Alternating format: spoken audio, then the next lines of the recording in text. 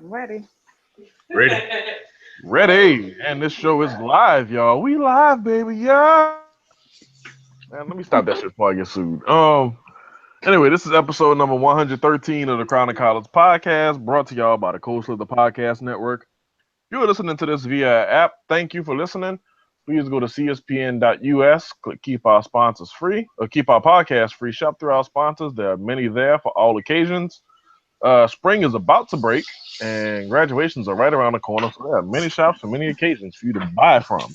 One of those shops is Amazon. You can just click right on through, do all your normal shopping, do your Amazon Prime stuff, Fire Stick, your Kindle, your movies, your music, all that happy jazz.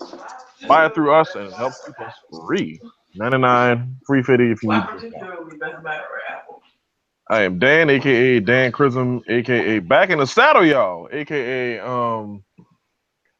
Mathematics are easy, aka see that's why I usually fall apart anyway. Shit. aka my UNO privateers are back in the big dance, baby. Yes. They will be playing probably by the time you hear this in the playing game to see if they can uh, face Villanova on the court. Villanova, of course, as we know, is the defending the defending champs last year and the top overall seed in March Madness. And yet, and still, it would be fun to see, again, my good old UNO privateers, Southland Conference represent, go up against, again, the defending champs, because then my other team, NC State, would remain the last team to beat Villanova in March Madness, which is a fun little factoid that I'm going to hold on to as tightly as I can. And that's all I got on that. Continuing. With me is my co-host. Hello, everyone. I am Jeremy, aka Black Dante, aka Confucius, aka Issa Durag, aka. That's it. I ain't got no more. That's it. All right. I do got one. I do got one. Okay. AKA, not all these Black Lives Matter. Continue. Wow. Okay. Well, I'm Lene, aka Dope Girl Fresh, aka Get Free or Die Trying, aka Yo Stud Auntie Like It, aka Fat Femme with a fuckboy haircut.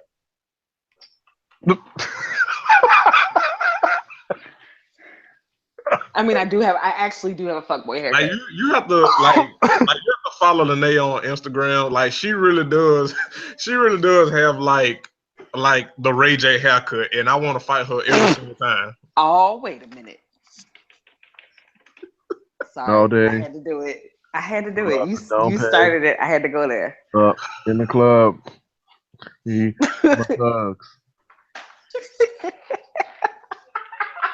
You know what I hate about Ray J is What don't you hate? Get this out. Is that he is a horrible human being, but he did give us some bops. I was just about to say, yo, wait a minute. It's still, am I getting ready for the club? On my way to the club. And if they play a 2000 set, they better damn play this in the club rotation. Basically. It is still there. That fucking song goes and will go forever. And part of that is because of my first clubbing experience when I was 17 years old, summer 2001. Down in New Orleans, Essence Fest after party, Magic Johnson was throwing it. And yeah, the shit was kind of lit, and Clark Kent was on the ones and twos, and he ran that song like right at the right time, and it just became visceral. Like it is a part of like my club going experience. And again, I had no business where I was, other than the fact that I was there. I had no business there at all. Way underage, way not giving a fuck, but behaving. Not doing nothing. I had no business, just chilling. You was up in there. I was in there. That's all in that number. You were in that number. That's all that mattered. Once I was I was like best behavior. Word. That song it holds a special place in my heart because I believe you can't have a good Neptune set as a DJ or a Neptune's playlist as just a music connoisseur without that song. Wait a minute, you don't have shit. Right. I am not only inclined to agree, but like, yes, like that is an argument I'm gonna make going forward. Like, you cannot run a Neptune set without that joint there. And it's one of those Neptune songs that you might forget about until you hear it again. And that's how you know it's mad good, right? Because people talk about their favorite Neptune's beats, and it's always They'll throw out grinding. They'll throw out give it to me. You know what I mean? They won't. I They mean, they'll don't even go go for into wait a minute. they'll go deep in the crates and they'll even pull out, some of mystical stuff, like Shake Hands is a Neptune. Right, I remember right. right, right. But they will not go for wait a minute, and I can't understand why. Well, no, we know why. Why is because Ray J. Right. True. You're right. You're right. You're Right. right. Like You're if we right. could even assign that to just like some dude who happened to be from New Jersey who made that song as a one-hit wonder and we never heard from him again, we would think better Yeah, of that song. Like we Right. imagine if would. Samuel, a dude from what's it called? If Samuel was the dude who came back and made that song and then got right the fuck back out of the public eye. Like we would fuck with that song a lot tougher. We would because Ray J is horrible. The best Right. thing Ray J ever did. So first of all, shout out to Sonia Norwood deciding that both her kids were going to be in it. Like Ray J's first album is not the album he made when he was like 18, 19. He made an album when he was about 13 or 14. And his lead single is called Let It Go. I remember that one. And Yep. it sounds like an outtake from Brandy's debut album. Mm-hmm. It's a good song. I want to say Rasan Patterson wrote and arranged it. And that's how you know it's good, because Rasan Patterson don't fuck around. So I remember that. And then I looked up and that album never went anywhere. Right. Willie That Ray Norwood was Jr. never hit. Yeah, that was like 1996, right? Yeah, 95 or 96. That was a minute ago. That was a minute ago. But enough about Ray J. We deserve better. No. Yeah. We deserve better, but my God, that song again, after place in like We deserve that song, but we don't deserve Ray J. Accurate. Yeah, like if somebody like I don't know who really has the voice in R&B that I would want to hear cover that song, but if they covered that song and Neptune's agreed to like reproduce it, like slightly differently, change a little bit of shit up just so we could, dodge like the ugliness of court and shit. But if we could get a slightly retouched version of that song, like for 2017, made by somebody who's not Ray J, yeah, I'm on it. Somebody who's not Ray J, Chris Brown, Tory Lanez, right? Or any of these other fuckboy R&B artists. Yes, like Bryson Tiller, stay far away, nigga. Yeah, please. I want to fight everybody responsible for Bryson Tiller. I don't understand why he is. Like we gonna have to VR troopers on him.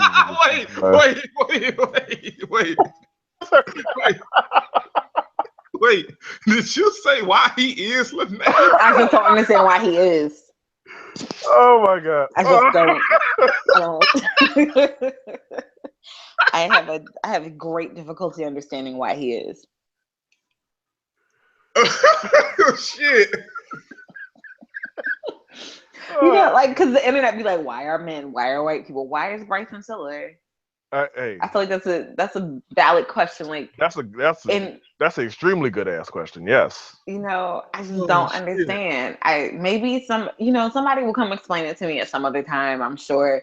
Maybe that's the last great understanding I have before I take a deep breath and go on and join the ancestors. I really don't know. But right now, as of today, right now in this moment, I don't understand why Bryson Tiller is.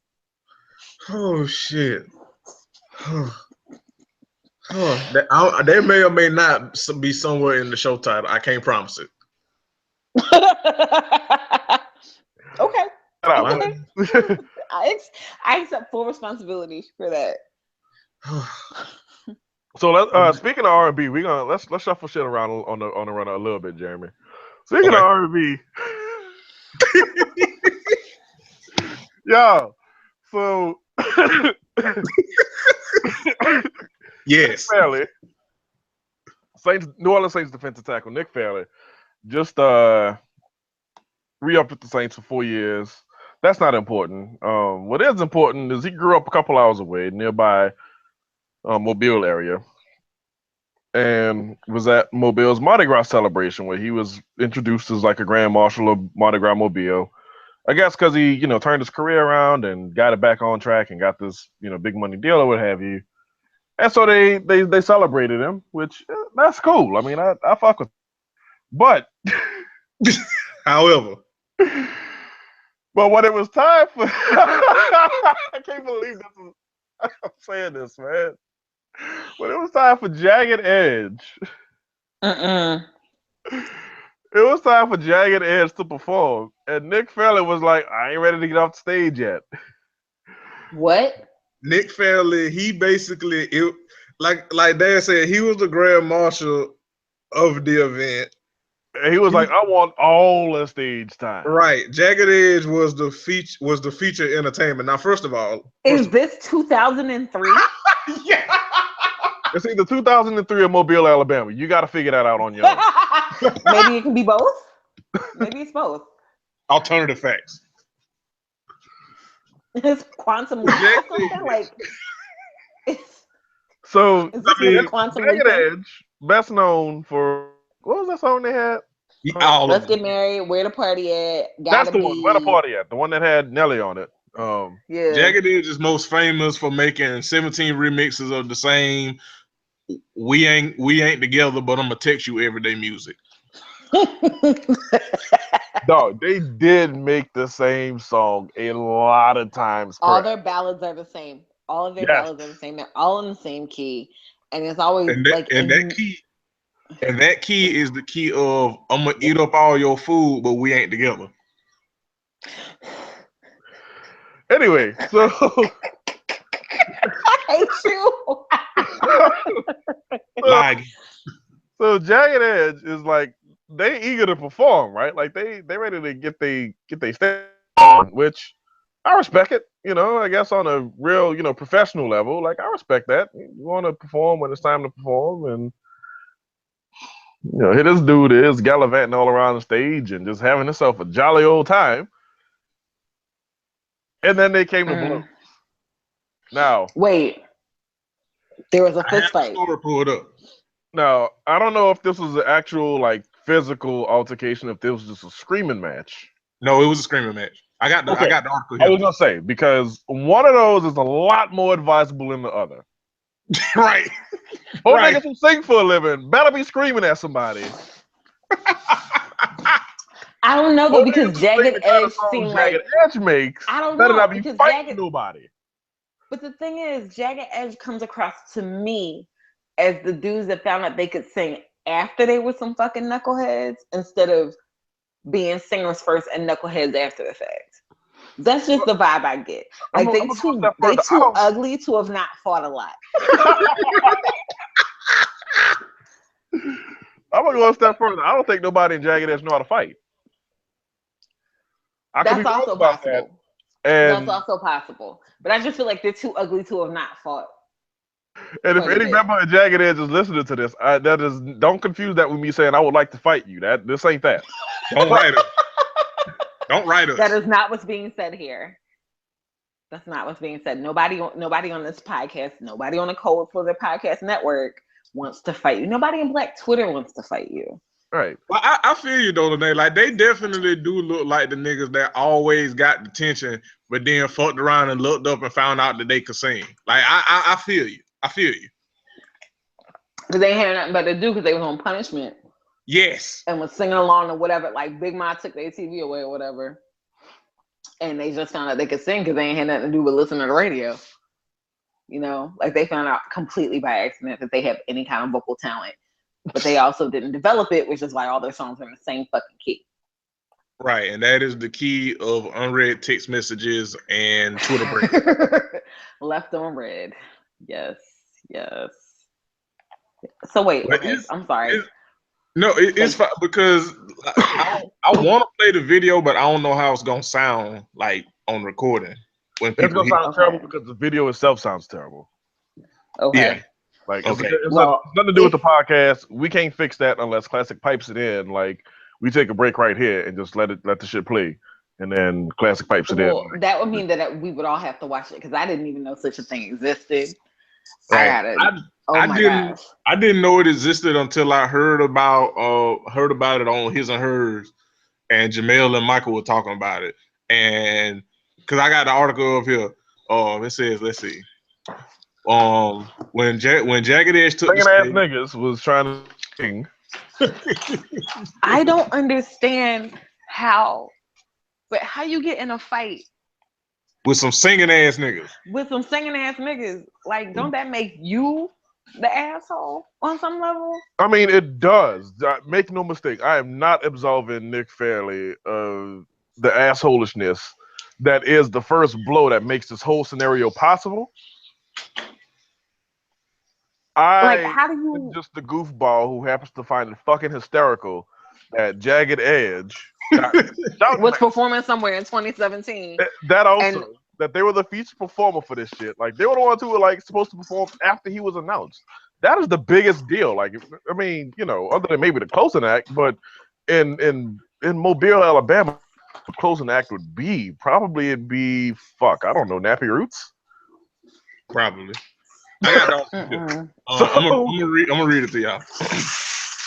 When Jagged Edge took the stage, all hell broke loose because the 6'4", 300-pound defensive lineman refused to get off, and the singers felt he was disrespecting them. Security was called in, but Fairley still wouldn't leave. You can hear people yelling at Fairley to go. At one point, a frustrated Jagged Edge member said, "You want the mic? You can have this show, my nigga."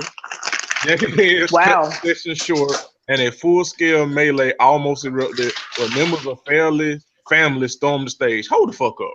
Hold up. his mama and them, Hold up. Hold his up. I don't think mama this is and mom them, and his them. I think this brothers. is cousins. I think this is. I I mean, it legit. sounds like some cousin shit. Yeah, I'm about to say Sounds this like sound some like cousin shit. rowdy cousins. Maybe a wayward uncle or some shit. There's at least one uncle. There's at least one uncle. But Yeah. yeah, I don't feel like either parental unit was involved in this. And again, this is No, not this is me some absolving. drunkle. Yeah, This right. is drunkles and cousins. Like this is drunk. not me absolving Nick Fairley and his role in all of this shit. It's just me saying, yeah, I don't know. We got to maybe think a little bit harder about who might have been at this shit. Because first off, who's going to be the ones to latch on most aggressively?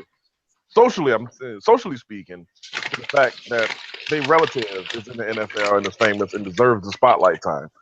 It's gonna be the cousins. Yeah, it is. That was the first friends. They're the niggas who grew up with him. Right. You're right. And then, It like is a you very said, cousin thing to do. and then secondly, like you said, like you mentioned, the Drunkle, he don't really have great awareness of what's going on. He just knows something's going on. He got to run his ass up there to Stacey Adams and see what the fuck is going on. Yeah. Well, depending on the warmth he had on depending on the temperature he had on a fresh pair of AF1s, fresh pair of Air Force Ones, and I would say maybe some iceberg jeans. His favorite iceberg jeans that he only takes to the dry cleaner still. Oh dear, nobody you wears have them anymore. Mobile the shit out of this situation. Oh, I'm telling you. Like, I'm just thinking about what that kind of family member would do, right? Because those uncles exist all over the country, any places there are black people. Yep. Those kinds of uncles are. But this sounds like he pulled out his favorite jeans and a very important pair of sneakers. And his favorite fitted. US Polo. His favorite fitted, and he got his little haircut. No, wait, do you think he was in a fitted or do you think he was in like a Kango? How old is this uncle exactly? If he's under 30, if he's under 35, he's 29. So we gotta adjust this probably about like mid 40s is like the young. If he's under 40, a fitted. If he's over 40, a Kango. Okay. But the thing is, this could also be a young drunkle, like an uncle that's only 3 or 4 years older than Nick is. That's very possible. This is Alabama we talking about. If he's anybody in Alabama, I'm just saying a lot of people I know in Alabama have relatives that have big gaps in their birth years and shit, and so siblings and cousins and uncles get conflated with a little bit more regularity that I know of. I'm protecting against 2 particular people I know is going to scream at me for saying that. But I feel like there's also a very standard experience for black folks across the country where there's always at least that one side of the family where the kids have age gaps of anywhere from 8 to 20 years, and this might be that drunkle. I'm just I'm imagining it as the kind of thing where he doesn't have Nick clearly doesn't have good boundaries, and he wanted to feel important. and then his asshole family members jumped in it because they want to reinforce his feeling of self-importance instead of being like, okay, Grand Marshal doesn't mean it's the fucking Nick Fairley show. Go sit down somewhere. Right. Right. Oh, well. I just don't know if the police were called and what the police report would have said. Well, we were about to sing Where the Party At. Singing ass niggas in tank tops and jean jackets are embroiled in a kerfuffle with NFL defensive lineman Nick Fairley and his cousin who put on her out of town wig and favorite gold teeth to come to the event. All right. Okay. All right. See, that's out of town wig. But no, I would hope that they all figured out that it's not that fucking deep. And I hope Jagged Edge got paid regardless, because that's not fair to them.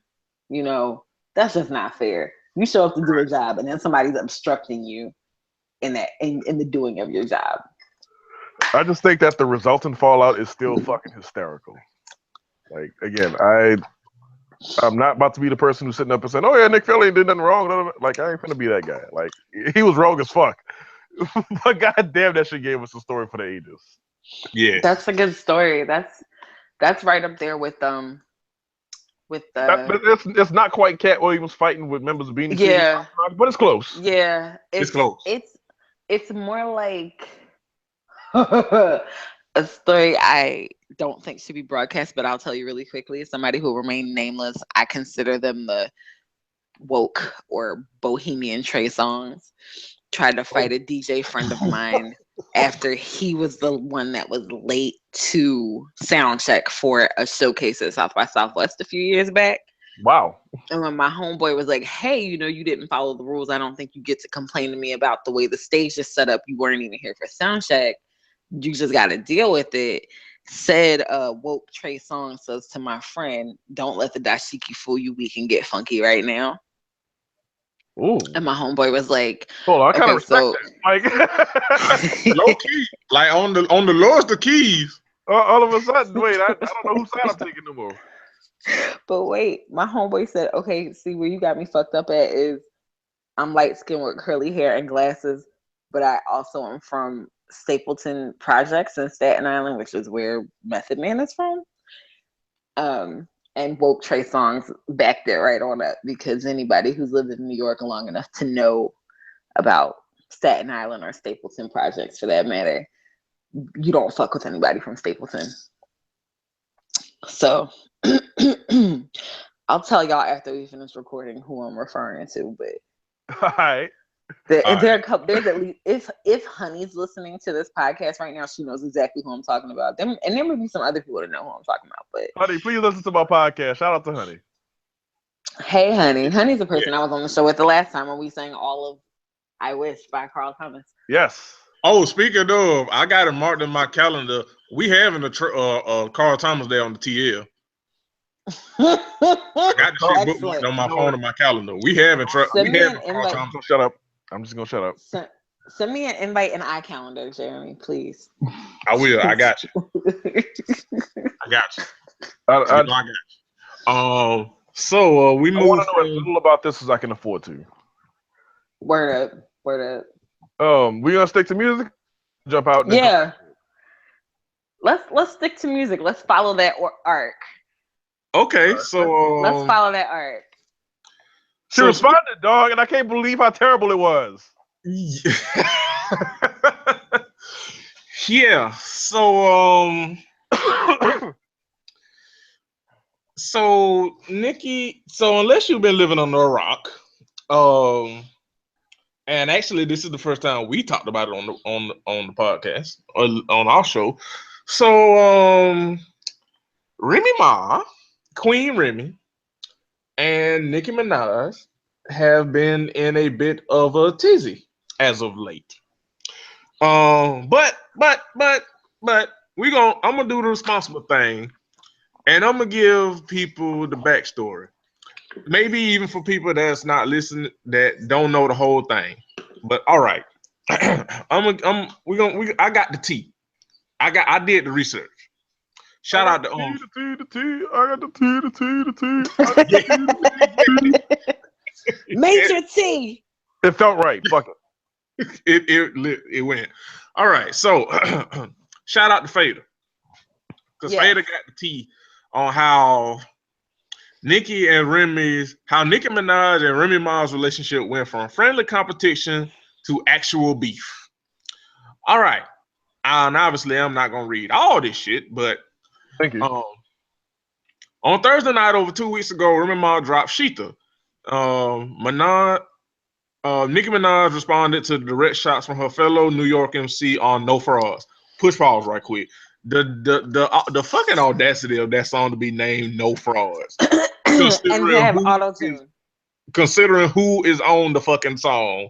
And that song to be called No Frauds. It has auto-tune. Let's start there. It has auto-tune, right? Auto-tune is considered by some a tool of the fraudulently talented. Right? Then it's got Nicki on it. It's got Drake on it. It's got Lil Wayne. It doesn't get any faker than Drake.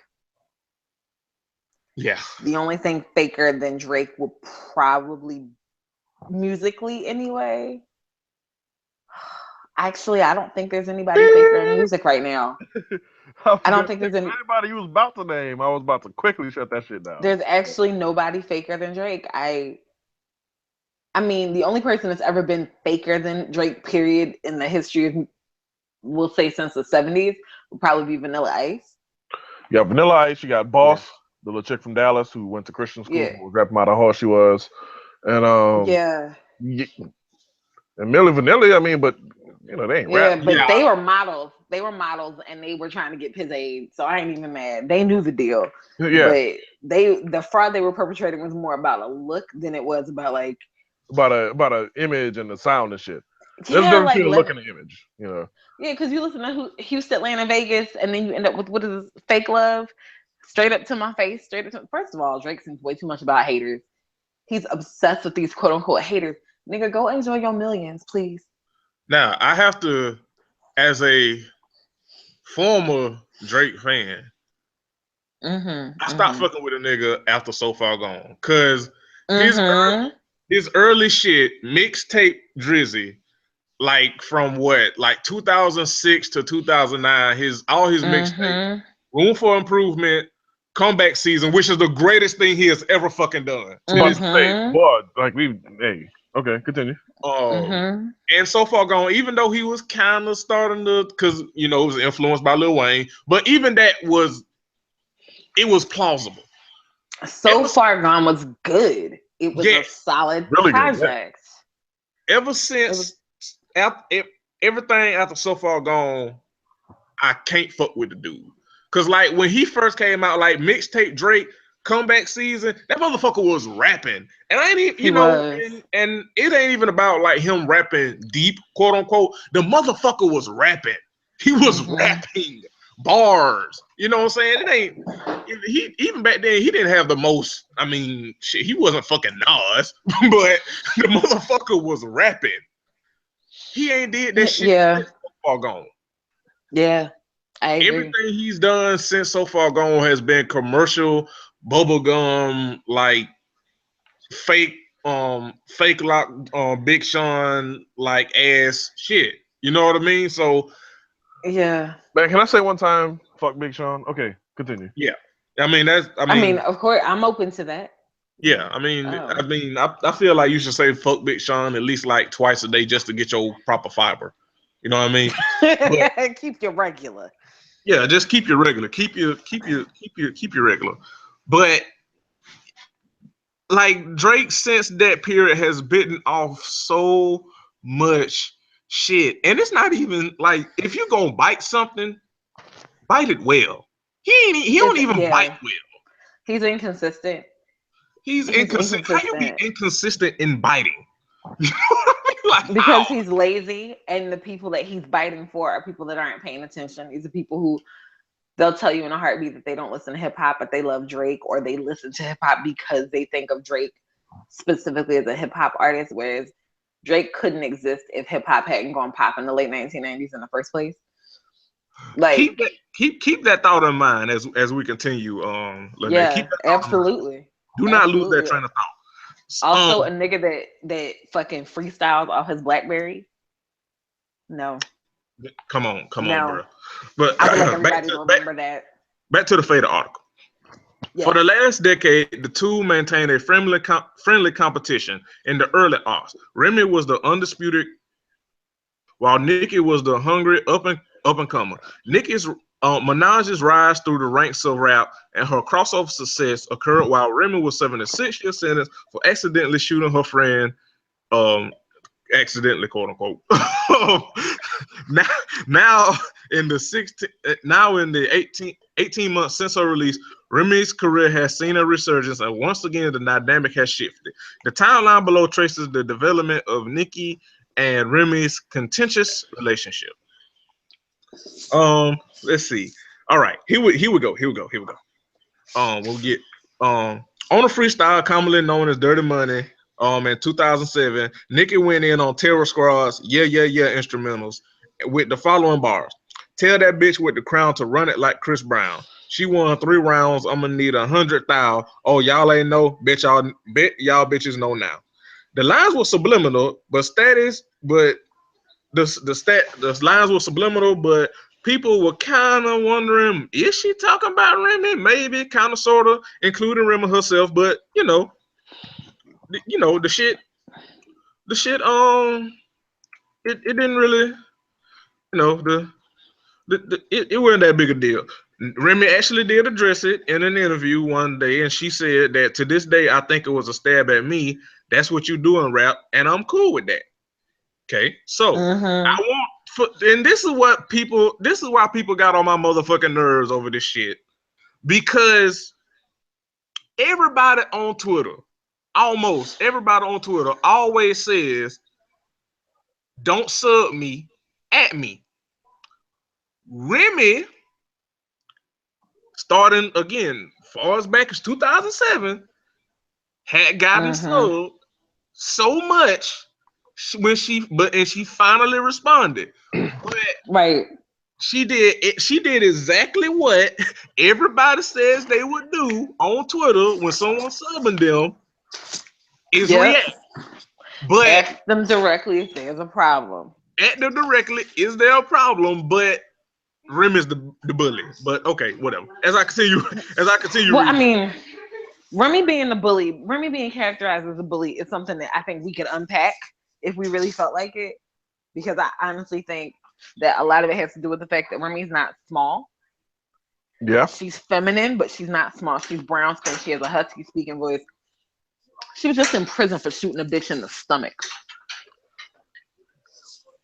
And we can talk all day and all night about what that represents to people who are in love with a pop star.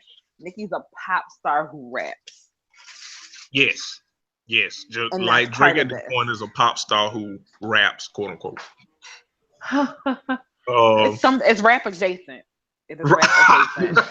It's in the neighborhood. It's alternative rap. Shit. All right. So then we moved to 2007. Remy is a video titled Remy My Ex-Lover Speaks. It had a woman in the video claiming to have a relationship with Remy, and the woman in the video the woman in the video apparently resembled Nicki, and it was a rumor starting that the two had a relationship and whatever. But both of them denied that. All right. Now here we go. Fast forward. After serving 6 years, Remy was released from prison and went on a press run. In an interview with Hot 97, Remy discussed the conversation she had with Nicki, calling the Queen's rapper a wonderful woman. Remy also said that she's proud of Nicki's success and explained that she wouldn't come at her crazy because she didn't believe in tearing down a successful black female that's doing what she's supposed to do. All right. Now, let's see. Here we go. Remy sent shots at an unnamed woman rapper in a 2015 freestyle of Nicki's Truffle Butter instrumental. Let's see. People keep saying, Rem, you need to drop a record. I'm like, in a minute, let me buy the bitch's record, she raps. Remy also spits, kill a hole, black eyes like a raccoon, knock out, leave her snoring, leave your head full of blood. Girl, you should join a rap crew, cause you a soloist, you boring. While Remy mentions no names, the line seems to reference Nicki Minaj and Lil Wayne's knockout single, which was released while Remy was locked up and marked Nicki's first entry into the Hot 100. And and wow, this shit was wow. Yeah, Okay, yeah. so there's a screenshot of Remy Ma saying congrats to Nicki Minaj on your BET Female Rapper of the Year award in 2016 with a kissy face. It says at the 2016 BET Awards, Nicki Minaj took home the Female Hip Hop Artist Award she had for the previous 7 years because she was the only female rapper around With because any kind of major label representation, she was the only one. right, she's the only one. Remy was also nominated the award, but took to Twitter following the show to congratulate Nicki on her win. Nicki in turn responded with gratitude. I didn't know this shit was last year. Nigga, this is fucking last year. Yep. Wow. Okay then. This was last All year. right. Let's see. Yep. Let's see. Then there's a screenshot of I guess this is Lil Kim stance, and that says take away they stylist, they don't know what style is. Remy put the Nicki Bird from Sesame Street in the casket. Let's see. Oh, I guess this is where that's wrong. Remy Ma joined her husband Papoose and others in a BET Hip Hop Awards cipher. During her freestyle, Remy again took aim at a fellow woman MC rapping, "Take away that stylist, they don't know what style is." In the lead up to the collaborative album, Fat Joe and Remy Ma shared the single "Money Showers." On the track, Remy steers the conversation back to the topic of hip hop royalty. Bitch claiming she the queen. What? Not hardly. Who the fuck gave you your crown, bitch? Steve Harvey? Hilarious. Wow. All right. 5 days after the release of Money Showers, Nicki shared her remix of Ray Sherman's viral single Black Beatles and on Black Barbie. She raps. She said she got a hit record. I said, oh shit. Picked up my phone because I had to call bullshit. These bitches having nightmares of my new shit. These bitches pussy and they don't ever do shit.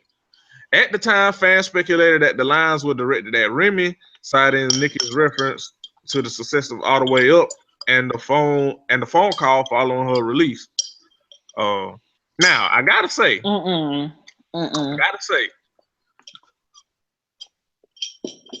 you can make the case that it wasn't completely one-sided and that they both were taking subliminals at each other. You can legitimately make a case for that because I mean, Remy didn't act nobody herself. I'll give you that. But there's always a but. Nicki still popped that shit off though. Oh, she absolutely Like did. If they were like throwing jabs back and forth, Nicki initiated the shit.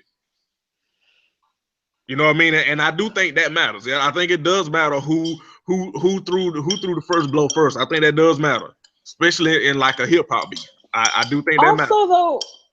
Also though, we have to remember that because Nicki doesn't have any contemporaries, right?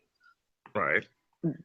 There's some conversation that Nicki said, what is it, Make Love, that song with Gucci Mane?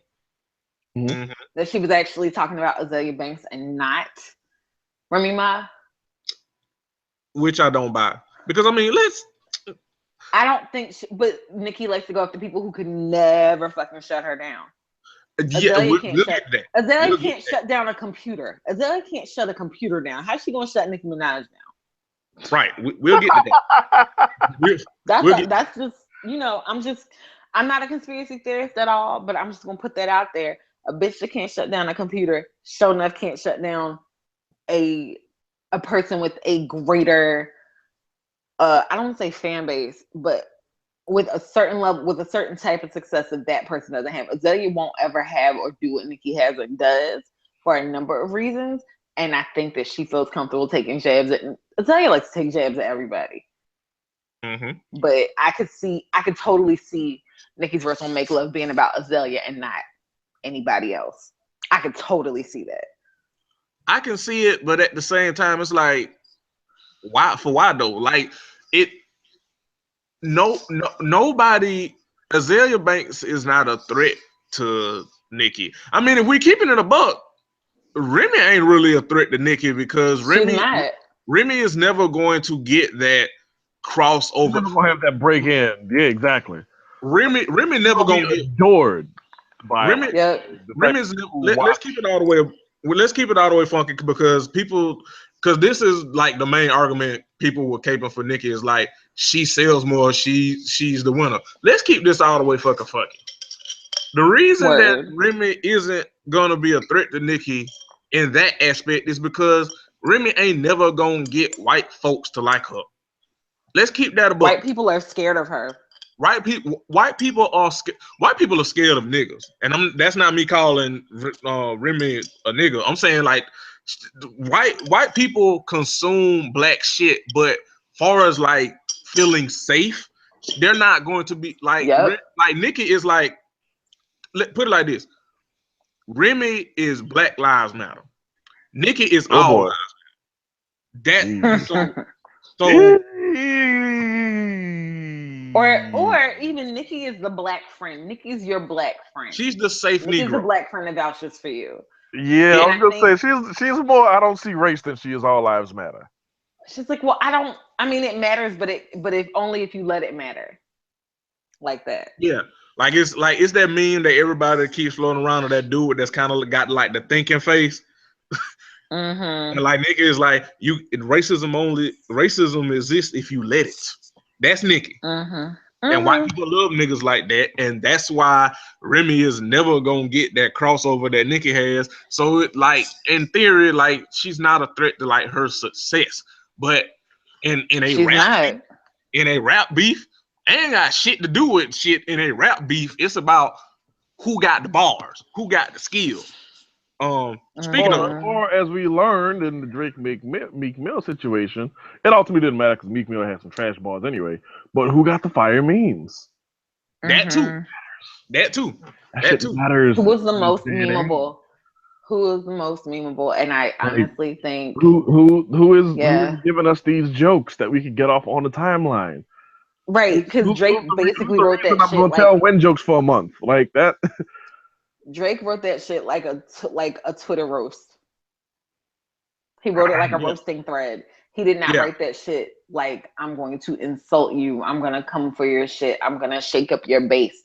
Like, and I say this as a Philadelphian, excuse me, the summer that Back to Back dropped, I was at a concert and the DJ was spinning before the concert. The DJ played a whole Drake set and the crowd sang along with every fucking word. Philly doesn't do that, just so we're clear. Like, Beanie Siegel don't need to be in Nobody's Nothing, but everybody here will sing along with his shit. Freeway, the Young Guns, even old Jazzy Jeff and the Fresh Prince shit. Like, we don't abandon our people like that. Yeah, Philly goes in for Philly, like, period. Like, but fucking Meek, you could drop him off at City Hall, like beaten and bloodied, and people be like, like, shame what they did to that dog. Shame what they did to that dog, and that would just be it. All right, but okay, so it says Remy and Pat stopped by Funkmaster Flex and in December, and Remy hopped on the mic, delivered some line shit written that day. Remy seemed to reference Nicki's pop aspirations and use of her auto-tune rapping. Wanted to be an icon, ended up like Akon. Oh my lord, Nikki. Wanted to be an icon, ended up like Akon. She also referenced a popular Nicki catchphrase. All this talk about my son and your son. I'm hot and your whole world revolve around me, bitch. I am the son. Well, at the end of 2016, Remy guested on the remixes of Fresher's Wait a Minute. Yeah, this is the one that really got shit shit popping. In her verse, Remy's subliminal shots got more specific as she leveled accusations of ghostwriters and breast implants against her still unnamed folk. Fans on social media seem to know exactly what was going on. Man, it screenshots people saying that there's literally nothing Nicki can do with this, which still is valid. And that was in 2000. Yep. That was in December. I mean, still Yep. valid. So let's see. It says Remy and Fat Joe got on earlier this year to promote their album. Remy responded to a question about her lines in the Fresher remix, and she said, "Whenever I've had a problem with any female in this entire game, I will say your name." She said, "I'm going to say your government. I'm going to look it up. I'm going to say your mother's name, your father's name, your kid's name. I know that you know that I want you to know that I'm talking about you." Now, I'm just of the mindset. If you a motherfucker that shot somebody in the stomach over $4,000, I'm inclined to believe you. With that said, again, you can legitimately make the case that the subliminals were not one-sided and that Remy was throwing just as many subs as Nicki. Because I mean, that verse kind of specific. I mean, I'm not saying I don't believe her when she said, "If I'm talking about you, I will at her." I'm not saying I don't believe Remy, but I will say, goddamn. That's about all I can say is goddamn. Let's see. All right, and then on two guest verses the same day, Nicki seemed to respond to Remy on Jason Derulo's "Swallow." First of all, that disqualifies her from winning the damn beef right goddamn there. You on a fucking song with Jason fucking Derulo. That disqualifies. Jason Derulo is a scourge upon the face of the earth. Like, seriously. You're on a song with fucking Jason Derulo. That disqualifies, that gives you the L right fucking there. Oh, Jason fucking Derulo. Girl, if you don't say, girl, if you don't get. Jason Derulo he's like the living embodiment of Toe Jam to me. And I also don't understand why he is. Yeah. Jason Derulo, Ray J. This is a list of people. I don't understand why they are. I don't. Yes. Amy Schumer. And on Jason Derulo, Nicki referenced the amount of time Remy had been out of prison rapping. "I gave these bitches 2 years. Now your time is up. Bless her heart. She throwing shots, but every line sucks." Ain't no fucking way you can say that ain't about Remy. Ain't no fucking way. Ain't no fucking way. That is definitely about Remy. Now her verse on "Make Love," which, yeah, her verse on "Make Love" was definitely about Remy. Definitely about fucking Remy. Ain't nobody that can listen to that song, even if you don't know the history of that beef, and you know, if you don't know the history like we're going over now, ain't no way you can listen to that verse on "Make Love" and say that ain't about Remy. That shit is too fucking specific. That's the most specific way of talking about somebody without actually saying their name that I've heard in quite some time. Ain't no fucking way Nicki wasn't talking about Remy. And then we get Sheether. A whole girl, child. 7 damn minutes. First of all, how mad do you have to be to have 7 whole ass minutes of shit to say about somebody you never fucked or aren't related to? Right? Like somebody with whom, as far as we know, you never had any kind of emotional intimacy, right? Like she went off like this was like Mary J. Blige Not Gonna Cry levels. Okay. She let her have it. Oh shit, did I lose y'all? No, okay, there you are. Okay, cool. Because it just got real quiet on my end, and I was worried.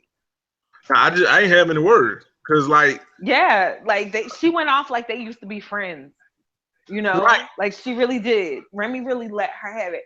Remy showed up to that shit fully and in a way that I would never expect from a diss record. and I've lived through several diss records in my day. Like and what made it even more hilarious is that she started off the damn song with a clip of Nicki in the most fakest of ass voices. Free Remy. Fuck Free you. Remy. Free Remy. It's Remy. like it was like she said that shit like a passive aggressive white middle manager. Like the fuck that shit was so fucking fake. But I mean it kind of proved the point. Remy. Free Remy. Yeah, girl, if you don't right. And like at this point, if you hadn't heard Cheetah, that's on you because Remy went in and it listen, yeah, that's all I got is yeah. Remy's she broke it down in a real specific way. Like she came for Nicki's life. She came for Nicki as a person. She came for Nicki's family. She came for Nicki's record deal. Right, literally, like real talk though, like on some real shit, like really the way that Remy came at Nicki, really the only way they consider this is if they fight, like fist fight. Like you can't talk about me like that and we don't scrap, dog. Like, like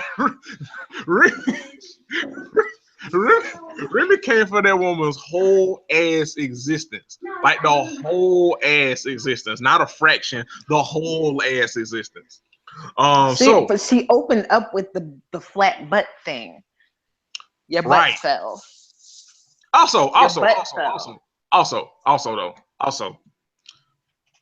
although it was funny, and although it was a great diss, we cannot overlook the fact that Meek Mill is a pillow talking ass nigga.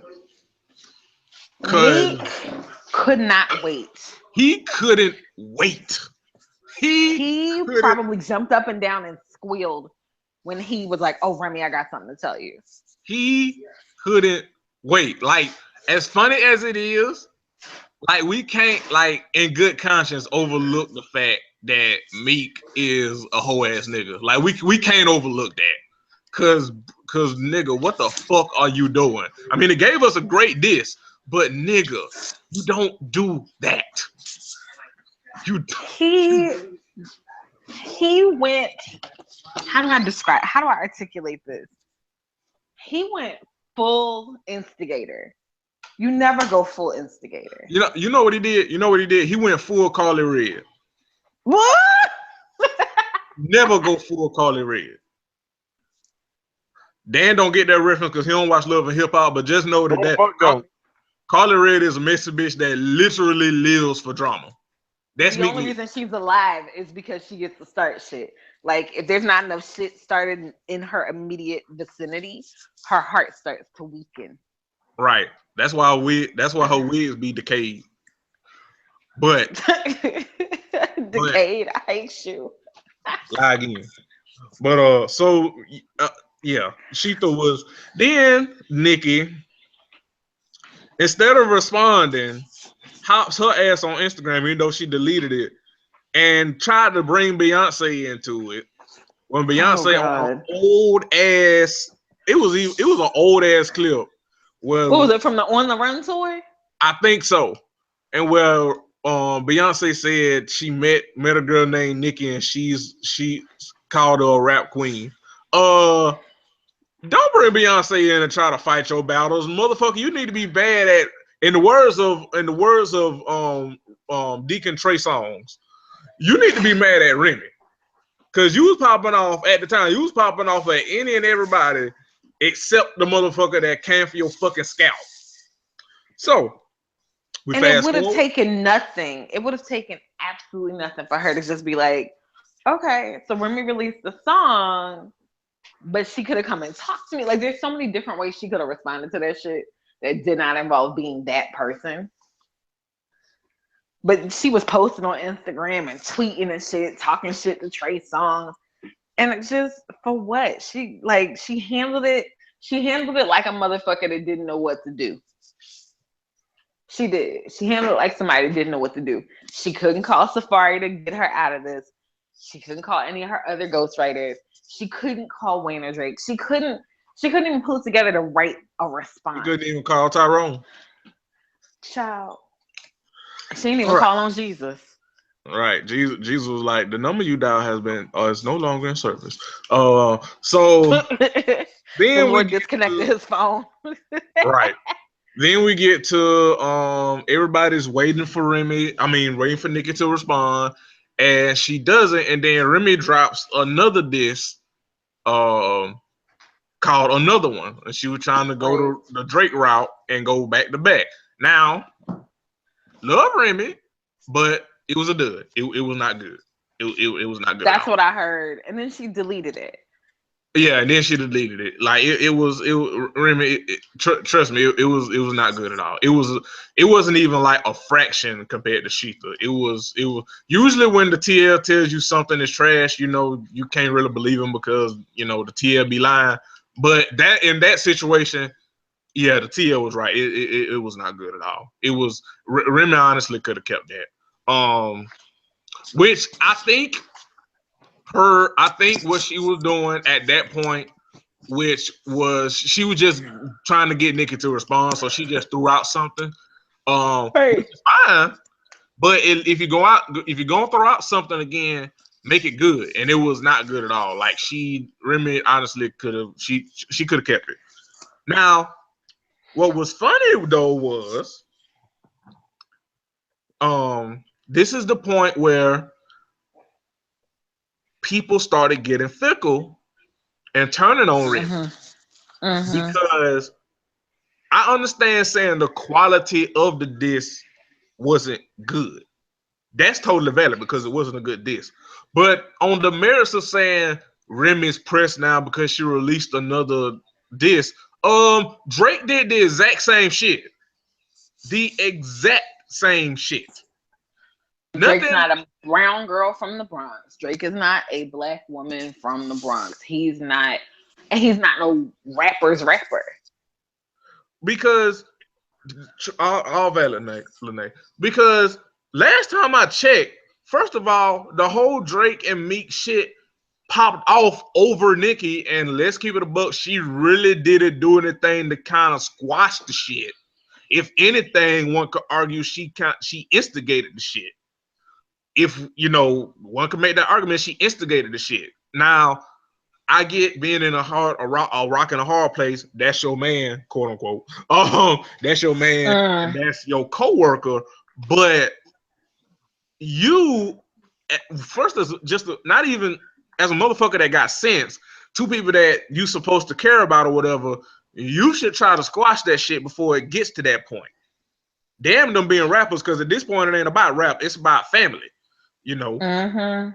So being that it's basically over you or started over you or whatever the fuck you in that, you can be woman enough to squash that shit. Nicki didn't do none of that shit. She let the shit egg on. She let her boyfriend, quote unquote, be publicly dragged by her coworker. I don't know no motherfucker that's worth assault that would let that shit happen. Your work husband, your Charles just fucked it up. Right. Your Charles just dragged your boo. I don't know no person worth of that that's gonna let their Charles fuck up what they got at home. You know what I mean? But so you already have that. Then you have the fact that these two motherfuckers got in a beef, and Remy literally did the exact same things that Drake did. But when it was Drake, it was all good. It was cool. People was laughing, like Dan said, having jokes, making memes. But when it's Remy, it's a problem. And again, if you critiquing it on the merits of how good the second disc was, that's fine. Because again, it wasn't good. I listened to it. It was not good at all. But saying that she's pressed for dropping a second one, when you motherfuckers allowed Drake, waffle colored ass to do it, but it's a problem with Remy. I got caught. Y'all. Not y'all, obviously. Not y'all on this podcast with me. But hashtag y'all. Hashtag y'all. Y'all motherfuckers fake and fickle as fuck. See, that's kind of. I see both sides of that. Like, Yeah, it sucks that, again, like what's good for the goose ain't what's good for the gander no more. But it's really a Highlander situation on the timeline. There can only be one. Like if you were the one person who made the disc into a meme contest, that's yours, and now the next person got to come up with their shit. Like there's no more room for any sort of like borrowing of a creative idea. That shit is gone. Like I seen some how they was mad about you know 90 songs getting sampled in music today, and I was like, yeah, that was our parents talking about 70 songs. Mm-hmm. Everybody did it. Like now, I mean, you got Tory Lanez and like maybe 4 or 5 other cats who like sample stuff heavily out of what was kind of our growing up music, our coming to age music, which I still contend a lot of that shit wasn't for us. I'm 32 years old. A lot of what I was listening to in Um, 1997 was not for me. It was I for my had no brother's business. group. It's I my brother's had no people. business He's 8 listening years to older than. SWV. Yep. SWV's Downtown, You're the One. And I'm like, they was singing about stealing a bitch man. You're the one for me. The bridge goes, I'm willing to do anything to get in your pants. What? Yeah, a lot of I that had shit no business, was not and then for us. And yet, freaking you and all that. We had no business. None. and yet again, like I bring that up to say, here we are now where it's like this is the nature of the beast. This is what it means to like do a hip hop battle. Um, Mm-hmm. you And it's find kind of you find raggedy. your thing, and you better be good at it. Mm-hmm. You know, because if you're not, we're gonna decide the winner. Not so much on the bars. 'Cause, I mean, yeah, the bars matter, but like when Drake was doing the OVO Fest and he had the fucking battery, the iPhone battery thing, like showing the green full battery, charged up or whatever. Mm-hmm. It was like that shit. Mm-hmm. That became a meme. Mm-hmm. Um, Mm-hmm. the shit with the impact file, that all became memes. Like that. Mm-hmm. That's how Drake cemented his victory. It's not how he won. It's how he cemented his victory.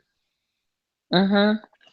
Yeah, and it makes, so to those of us who are used to beef, like those of us who, let's take the Wyclef and Cannabis and LL Cool J thing. Right. We had to wait for responses. Mm-hmm. We formulated responses. We had conversations. There was outside observation, like niggas was on Funk Flex or there might have been a surprise single and a surprise video a week or two later. Like Wyclef made I'm pretty sure Wyclef made a video of his LL Cool J diss. Like he shot a video for that shit. And he called and the hook was what's Clef got to do with it. Mm-hmm. And he called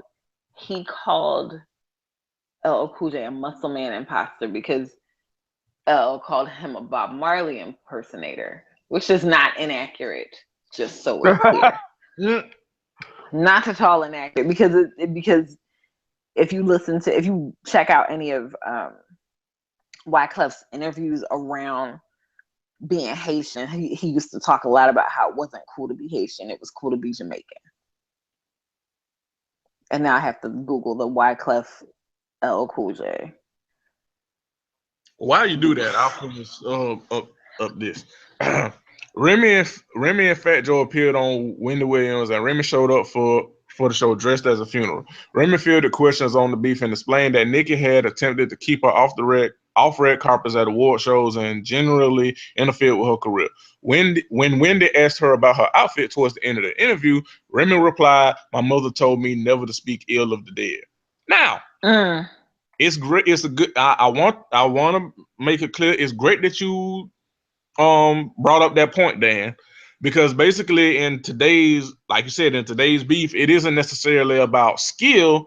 It's about the petty and what gets the clicks on the TL and what gets the memes and what gets the gifs and all that. Right. Remy should have won just off that alone. Cause I mean, yeah, it's nothing. I mean, like I said, because people don't give a fuck about actual skill and shit. Because I mean, if we keeping this 100, like far as skill go, Nikki couldn't see Remy if she had like bionic vision. like as a MC, as a rapper. Like it's not a debate. Um, but on the level of petty, you just dropped a 7-minute ass diss, and then you show up to an interview about said beef in all black, and then end it saying your grandma bringing grandmammy into it, saying never seen the Mm-hmm. Bill of the Dead.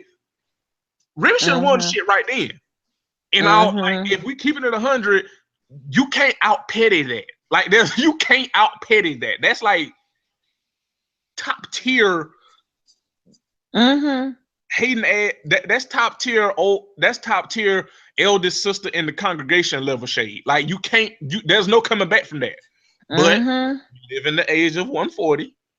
We also Right. live in the age of um Short memory spans, short and memory I'm span. gonna put it to you like this: as far like the long term perspectives of the Drake and Meek Mill beef, it hasn't taken water. Like it's not something we think about very much when we think about Drake's career, like we mentioned earlier, about how all this shit since So Far Gone has been so inauthentic. But we don't mention that beef as a sort of resurgence, which led to if you're reading this, it's too late. And oh no, that came first actually. But that Yeah. led to the projects that came out after that. The joint with Future and everything else that he had going. Like we don't frame that in there because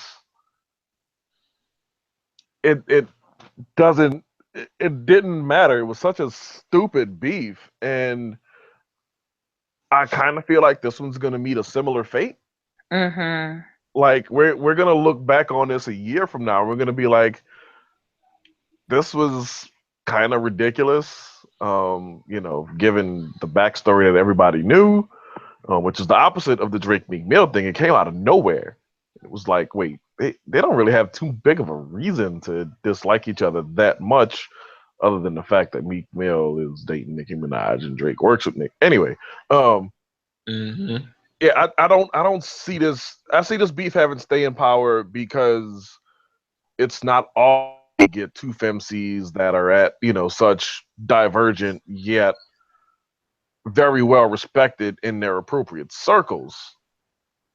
Um, Mm-hmm. Mm, but in terms of actual quality of beef, it's not going to last. It's not. In It's not 2019, this sustainable. is this is going to be like this is gonna be like owning a TurboGrafx 16. Like there will be nothing to this. Yeah. Yeah. I agree. I agree. I I also agree it's not want you gonna to last, know. but it's also again not gonna last, and it's not gonna last because people have short term memory and people are fickle.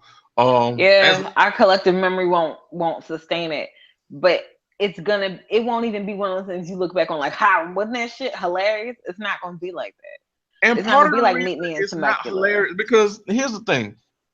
Because fuck it, I mean we could kind of end me reading the shit because it talks about when Remy went on another round with Heaven and Tracy and talked about the beef and shit, and Remy said she and I liked her, but she shouldn't have came for me, and don't come for me unless I send for you. Which again, everybody on the timeline says, but when Remy applies it, then motherfucker came for her. Albeit she did throw shots back, she did throw subs back, but the point being, motherfucker came for her, and she wasn't sent for it. But when Remy does it, it's a problem. But whatever. Mm-hmm. Um, Mm-hmm. uh, she said, it. Let's see. Yeah, she was like, it bothered me picking apart another female MC. We could have been working together, but if it was a cool of me, maybe I would have let it slide or what, blah blah blah. But it is what it is. I don't regret it, but I'm not proud of it. Which I, I'm like, and see, this is at the point where I was like, Remy, just don't say that. Cause like people were already turning on her. Honestly, Mm-hmm. like, and to Dan's point, without real, it's probably not going to have a staying power because again, like people were turning on Remy even before she made that second disc. Like people were already kind of like being like, well, yeah, Sheetha was hot, but I mean, she is pressed and blah blah blah, and sales and all this, this, that, and third. People were already turning on Remy because people are fickle. So for her to, drop a second disc, which no problem with dropping a second disc, but it was a bad second disc, and with her going on interviews and talking about it, and then with this saying, she not proud of it or whatever. It's like Remy's giving, or she gave more people who were already turning on her even more reasons to turn on her. Right. But here's my thing, and this is why I hate people. And people have been hypocrites in this whole shit because one of the main things before Remy dropped the second disc was people were wondering, well, what is Nicki Minaj gonna talk about? I mean, what can she go to, or this, that, and the third, or whatever. And I saw people saying that because in Sheetha, Remy basically said, ain't really shit you can come back at me at, but it sells. And I just broke down why you may sell, but you basically get paid new edition money. Like she broke that shit down. So really the only thing she really could come back with is sales. Now, I don't have a problem with that. Because if keeping in the fairness, that's what Hove did to Nas. The difference is, the difference is one, Hove had a whole bunch of other shit, and on top of that, but the point being, you can do that with that shit. You can't be coming up here with some like, I sold records, bank, I'm so fly, you look like Stank. Like that's some shit Nicki would say. Like, I dare y'all to say I'm lying. I dare you. No, you're not. I dare you, because y'all got quiet like I was lying. I mean, I'm just letting you preach. I'm letting you preach. Like, so Nicki could have came back with sales, but just do that shit skillfully. That's it. Just even though I make no qualms about it. I'm in Remy Hive.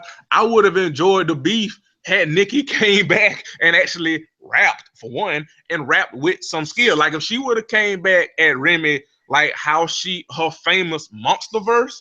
Oh, I would have loved this shit, and it probably would keep going if we keeping it 100, because that's entertaining. That's like, hey, Remy threw the first shot, she threw the haymaker with Ether, but Nicki came back with the counter left hook. So let's go, let's get it. Right. That's not what happened at all. And I say people are hypocrites because people were saying, okay, the only thing Nicki can really come back is bringing up Remy's miscarriage, which y'all would be like, oh, that's going too far and blah blah blah. Now, hashtag y'all are the same motherfuckers that when Drake threw shots at Kid Cudi and threw shots at him dealing with mental illness, y'all the same motherfuckers that said it's rap beef, ain't nothing off limits. So that's right. Again, so I didn't see too much of that. Oh, I saw it, nigga. I saw there was enough of it. Yeah, there was enough of it. It was enough. I'm not saying it didn't happen. I'm just saying I didn't see a whole lot of it because the people I follow don't retweet people who say things like that. That, and also, Dan, you really don't be on Twitter that much anymore, which I'm not blaming you because, hey, I'm not blaming you. It's a wasteland. No, but I mean, this was like that happened well before, like I don't want to say I took a sojourn or a break or shit like that. I mean, I'm still around and shit, but Twitter is largely a wasteland in that regard when it comes to people being kind. Anyway, and also to that point, because I think, was it right when she dropped another one on Lene, or was it right after, or even one of them? Remy posted something on Instagram where she was clowning Nicki using, to Dan's point, going back to the memes and shit, like how you win the internet nowadays. She posted an old MySpace photo of Nicki that's been floating on the internet for forever, and clowning her And people that's when people were saying definitively, because again, people had already been turning on her, but that definitively was the point where people were like, "Oh, she's going too far. She's pressed this, that, and third." Which is so Y'all say weird what the because fuck. it's an old MySpace picture. She could have had that scrub from the internet. She has the means to do it and didn't. That, and also to my other point, again, y'all the same motherfuckers that said it wasn't off limits for Drake to take shots at Cuddy's illness. So again, it seems like the rules apply one way, but it doesn't apply the other way. It seems like when it comes, and I know it's rap beef and it ain't that deep, quote unquote, but that's probably a little bit of deeper here. Is that it seems like there's a bar set for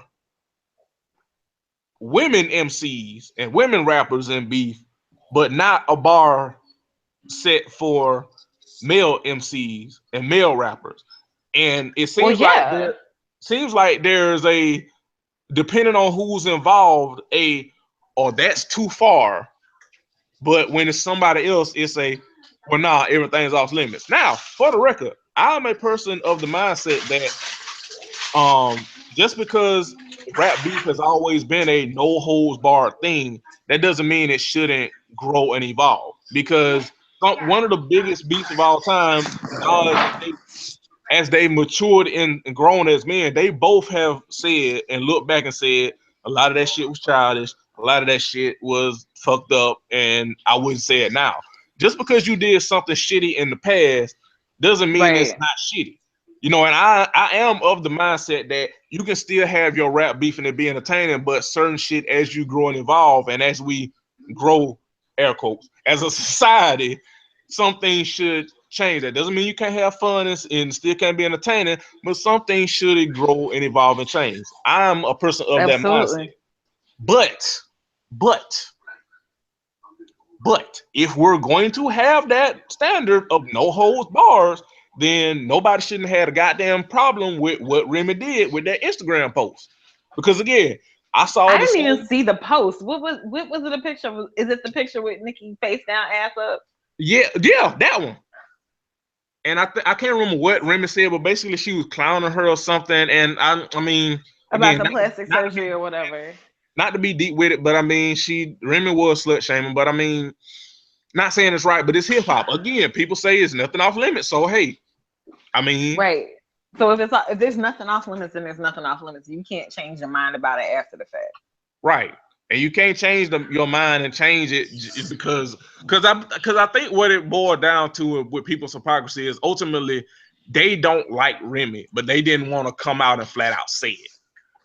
It's real obvious to me, like that people really do not like Reminisce Mackie. They don't like her. They don't want to like her. I don't know if it's because she's getting all this shine now that she wasn't getting before. I don't know if it's because she out raps all their faves. I don't know what it is, but I do think It's that because she's the best rapper in her relationship. she is the best rapper in Yes. her relationship.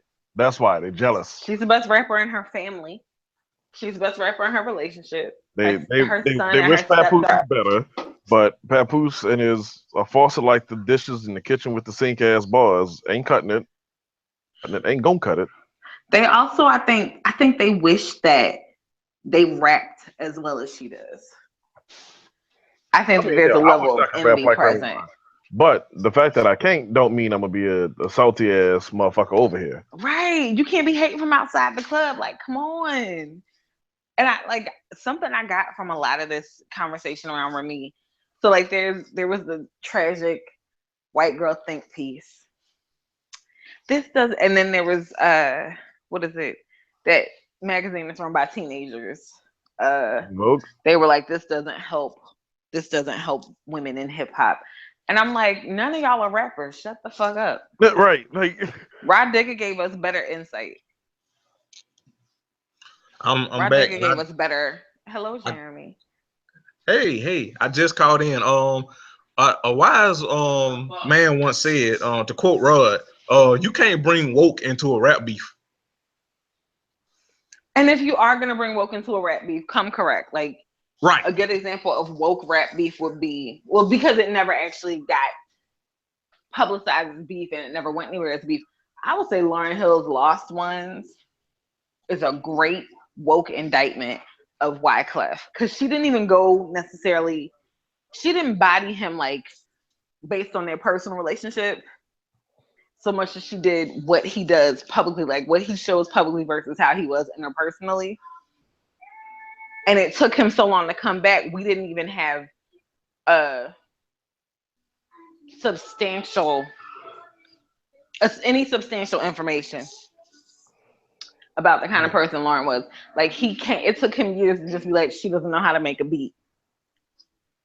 She can hear a sample, but she don't know how to flip it, which isn't even a diss. And then he wrote in his memoirs or whatever that he was fucking around with her and he didn't know whether or not Zion was his. And I'm like, but we all knew that. And the tea you're spilling is not necessary. And you still haven't answered a nearly 20-year-old record's indictment of you as a wicked, fake ass nigga. Right. That's how you do woke. Like, Wyclef will never recover from that. He also will never recover because he's ugly. So there's also that. You know, with his exceptionalist narrative, which is pretty, like, he's definitely one of those black people that I think is anti-black out of a matter of convenience. He can't wait to talk about how exceptional he is because he's an immigrant and came here not speaking the language. But he also doesn't own the fact that he would be nowhere without his family's work or the fact that Lauryn Hill carried the Fugees on her fucking back. Well, as an MC and a vocalist. Not necessarily from a production standpoint, but definitely as an MC and a vocalist. But, you know, we could talk about Wyclef's raggedy ass another time. Yeah. So we should think about the beef. But the beef, so where do we stand with the beef now? Listen, I think the beef, it was fun while it lasted. It didn't. It could have been a lot better. I think Remy messed up by dropping a bad second one. Not because if it was good, I think it would have been all right. But it was bad. It was bad. I think Remy messed up by going public and doing interviews and shit because she gave people that were already turning on her to feel justified in turning on her. Word. And then on the other side, one, don't throw stones and hide your hands, Miss Minaj. Don't throw stones and hide your hands. I mean, that's all she does. She goes after people who can't or won't come back. Taylor, like Mariah didn't dignify that shit because it was fucking pointless. Never mind the fact that they worked on a song together. The video version of Up Out My Face, which was on, I think it's on Memoirs of an Imperfect Angel. It's a good song. Mariah did her thing on that because Mariah loves to, she sing raps. Nicki sing raps. It could have worked out really nicely. And instead, the whole American Idol thing was Nicki taking shots at somebody who she should have been learning from. Mariah didn't dignify it. Taylor Swift's response to Nicki's, whatever the fuck it was, Nicki said was, "Look, I have a black friend," which is pretty fucking shitty. Right. That you know what? Not to cut you off, Lene, I'm sorry, but that's how you know, like, because people, and I don't know if you saw this, but I definitely saw this because people was like, "Oh, I thought y'all loved Nicki when she was going at Taylor." Here's the thing about that: Nicki is very much like Kanye, and how Nicki's brand of feminism is much like Kanye's brand of blackness. Because Kanye will be like, the system, it's a rigged system, and George Bush still doesn't care about black people when it's some shit that's dealing with Kanye. Yeah. And other time you see this motherfucker taking pictures with fucking Trump.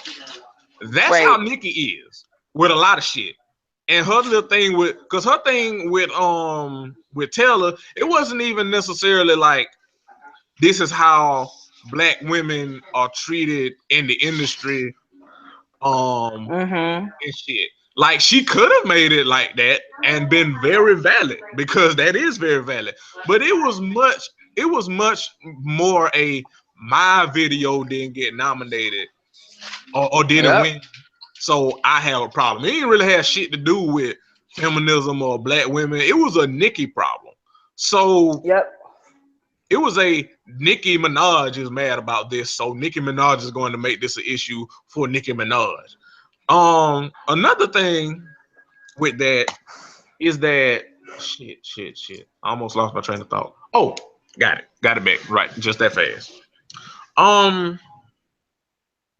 Nicki does pick fights, and Remy said this in the diss, with people that can't fight back. You got a motherfucker that could fight back with you bar for bar, and if you are the queen of rap, and this your throne, I completely can understand the idea of, well, I'm the queen, I shouldn't have to respond to you. I get that, but at the same time, if you saying you the queen of rap and you comparing yourself to Jay-Z, Jay-Z had time for motherfuckers that couldn't be Jay-Z if they lived twice.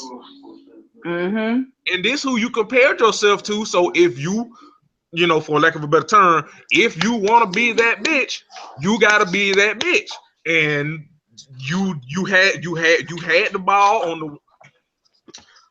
This is gonna be the only time I'm bringing this up, and then you better not say a motherfucking word.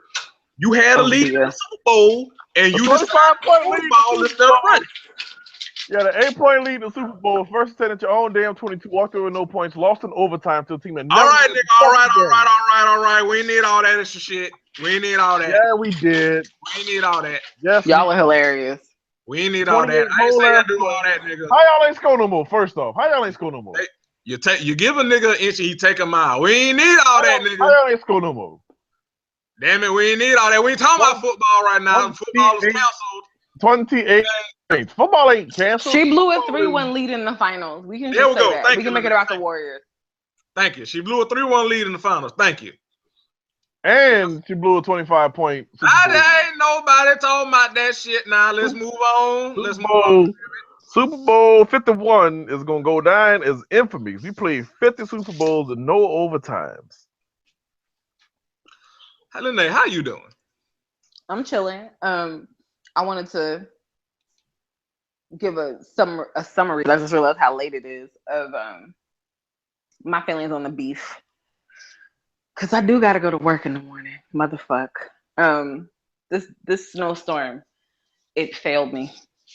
It did. I was supposed to get a weekend in the middle of the week and it didn't happen. Anyway, I feel like Remy can still use this to her advantage when she drops her solo album. Plata o Plomo, the album that she dropped with Fat Joe a couple weeks ago. It's good. It's a solid piece of work. I don't like Fat Joe enough to listen to it, but I like Remy. I really wish Mona Scott Young would give Remy and Pap their own show. Yes. And I just feel in general like Nicki, because I wrote a thread about this on Twitter because I write threads about everything. Nicki is going to continue to be exactly who we know her to be. And it's just not going to go anywhere for us. This is probably as far as it's going to go. Like he's gonna go back to being pop, and like I know there was talk of her fandom deciding that they want to manipulate streams and stuff so that they can say that Sheether didn't go anywhere. Also, something that is in the Fader article that's been talked about a bit is the idea that Nicki's trying to keep Remy out of certain spaces. And the thing that backs that claim up, as far as I'm concerned, is the fact that somebody hipped the folks who own the licensing for the Ether beat to the fact that Remy's team didn't clear everything they needed to clear. So basically the song can't be performed, and I don't think it's getting any radio burn. Meanwhile, go ahead. Nicki wants you unable to fight her. She won't fight you fair. Right. Nicki is literally everything that she said Taylor Swift is. 3 runs have won y'all a damn game. 3 runs. But no, that nigga panic because on first. How about it? I just feel like this needs to. I want this to result in better rap for everybody. Yeah. I want all the littles and youngs and the whatever's, the Migos, all the motherfuckers, to just be like, I need to do better as a rapper. Because somebody that was up for 6 years out-rapped me on a freestyle, out-rapped me on a collaborative album, out-rapped me everywhere. You know what? You know what the most disappointing thing about Nicki's response is that you got 2 other niggas on the song with you, and you still didn't put out a better rap, a better this than the second. Well, I think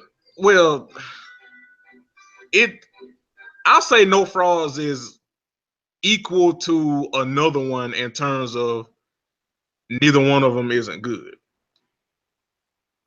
But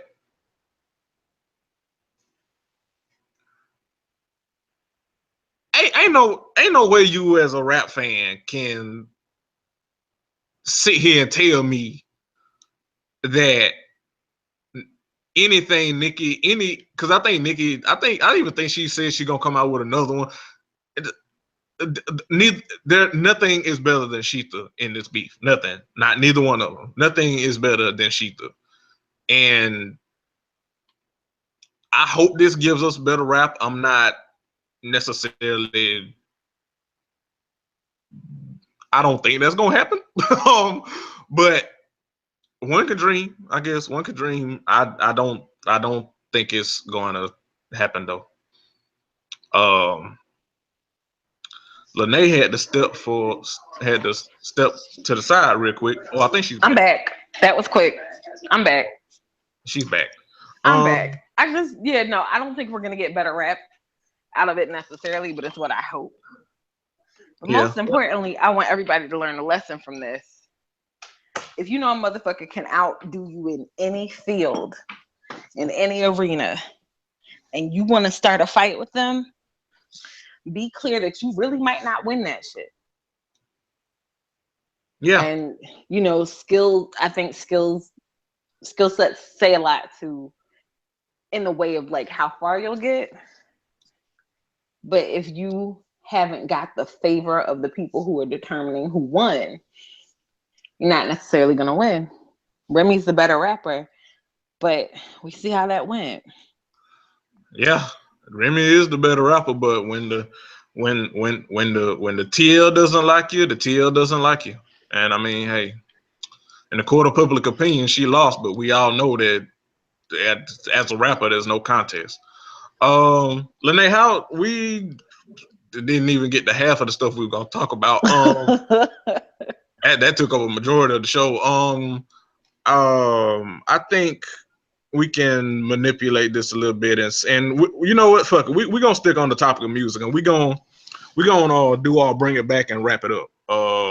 Bring it back. We'll scrap the other stuff. Dan, can you behave for once now? Dan's being quiet because maybe he can't. Probably so. Cause you give a nigga an inch, he'll take a mile. All I'm saying is y'all have to run the ball 3 times, and that's a 1. All right, so for this week, I'll bring it back. We are going to bring back a group who I think if you say you weren't a fan of this group at one point in your life, I think you're lying. I'm of the mindset that if you didn't like at least one song from this group, I don't know if I can trust you. You probably voted for Trump. We are bringing back NSYNC's self-titled album that was released here in the U.S. March 24th, 1998. It was originally released first in Germany in May 26, 1997, but if it came to U.S. shores here in '98 in March, and it was, of course, the American boy band that is comprised of uh, Justin Timberlake, JC Chazé. I always kind of get his name mixed up. Um, damn. And what's the man's name? We got Joey Fatone. Yeah, we got Joey. We have Joey Fatone. We don't deserve Joey Fatone, but we have him. We have Lance Bass. Lance motherfucking Bass. And I don't know what the fuck Chris's last name is. I'm just being honest. I don't remember. He's Chris. He's just Chris with the braids, because that motherfucker had braids. That motherfucker had braids, and we allowed it. I didn't actually allow it. I very distinctly recall being like, "That's bad," and I won't listen to this group. Like when I was like, I can't listen to y'all. One of you motherfuckers has extensions. Nope. You was like appropriation. I was young wokeness, and I was just like, this doesn't work for me.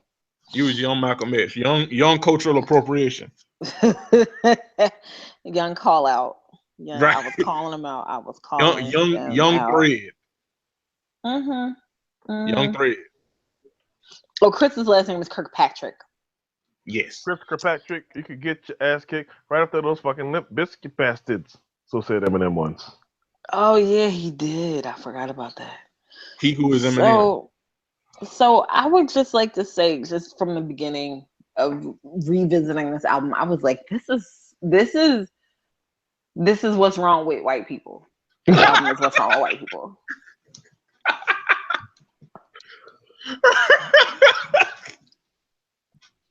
This album is what's wrong with white people, and I'm going to tell you why.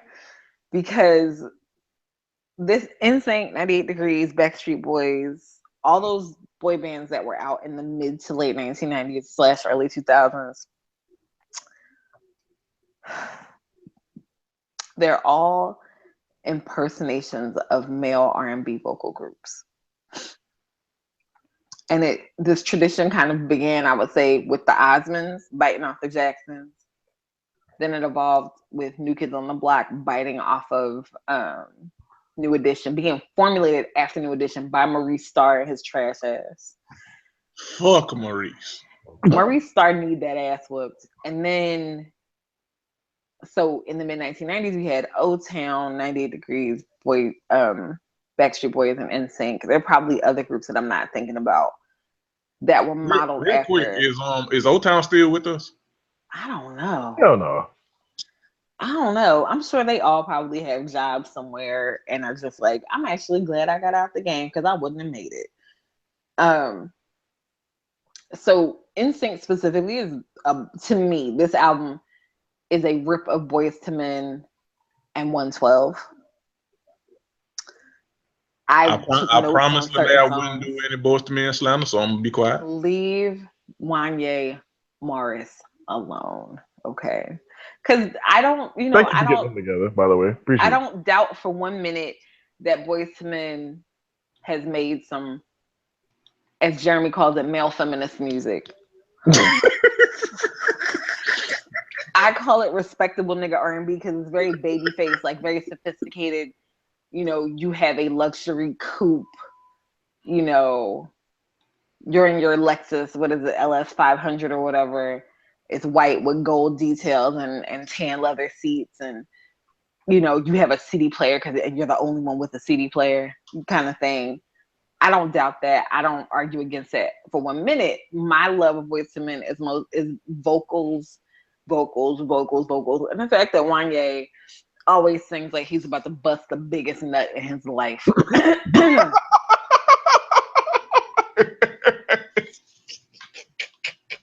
Just the way his head be jerking, like, yeah, that. So I really tried to get through it without laughing. What is wrong with you? I didn't do anything wrong. These are my observations. These are just my observations. These are the things I picked up on. So I'm gonna just real quick tell you which songs on this album I'm just like, I can't believe I ever listened to this. We might have the same one. The gag might be the whole album, but it's not. I just Nah, I can't say the whole album because it's one song on here that I will defend to the death. But continue. Which song would that be? Sailing. So Sailing is. I wrote this. Sailing is here because you need to remember that they're white. Oh shit! Wait, hold on, wait, damn it, wait. Now, I'm not saying you lied, but damn it, JC motherfucking Shazay sang the fuck out their rendition of that shit. That's why he sings his face off. He sings down every time. Yes. But you needed Sailing so you remember that they were white. Yes, because that is a white cover. It's a white ass cover of a white ass song. Yeah, because I don't think anybody's even attempted to cover that song. I don't think because I might have got a version. You know? Yeah. Yeah. Okay. Yeah. Why did that happen? Who did that? Yeah, it ain't that good. Well, of course it's not. It's Avant.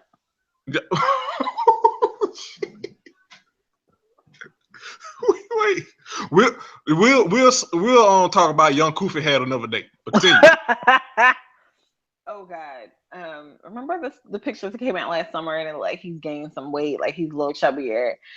And like he was at the buffet line at Golden Corral. Like every pound that Keke Wyatt lost, he found. All right, okay. I don't know. All right, okay. But anyway, so I went in sequential, in sequence of the album, right? Tearing Up My Heart, we all know that song. It's written by Max Martin. When I'm with you. And it's so urban influenced cheesy pop. It's like this industrial pop from Max Martin, who is a bajillionaire at this point, I'm sure, because of all the pop that he should adopt me. And then you have I Just Want to Be With You, which was written and produced by Full Force. Yeah. Sounds like some shit. Even talk about it. It sounds like some shit that a wigger boy band would make.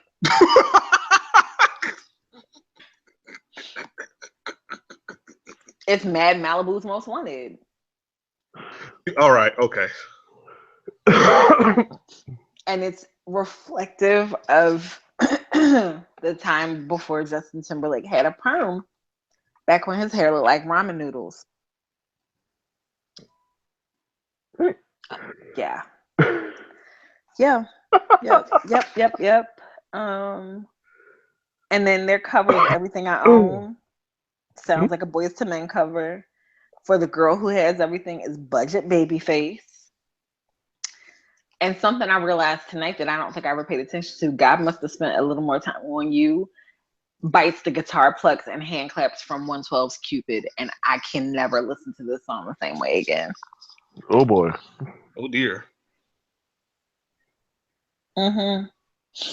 And then the song Giddy Up. I don't know. I just don't.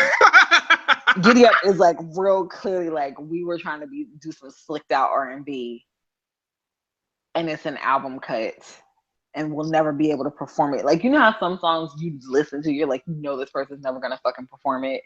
Giddy Up is a song that nobody like. Giddy Up, like that's like, well, we know Pony happened, and we know rappers are wearing. We know a lot of R&B stars are wearing hip hop, are doing hip hop things with like cowboy themes, and everybody got like a cowhide fucking jacket or whatever the fuck, because that's what the late 90s we were doing a lot of that. And yeah, Giddy Up happened. I don't understand how, but it happened. Yeah, that was a thing. That was definitely a thing. It's like Giddy Up is like a whitewashed like hip hop R&B. Like it's like Yeah, the rapping beats. It's like Kids Bop Missy Elliott or something. It's the like, if you know what it is. It's the white version of what Tory Lanez would do if he was born in this era. Oh boy. Oh shit.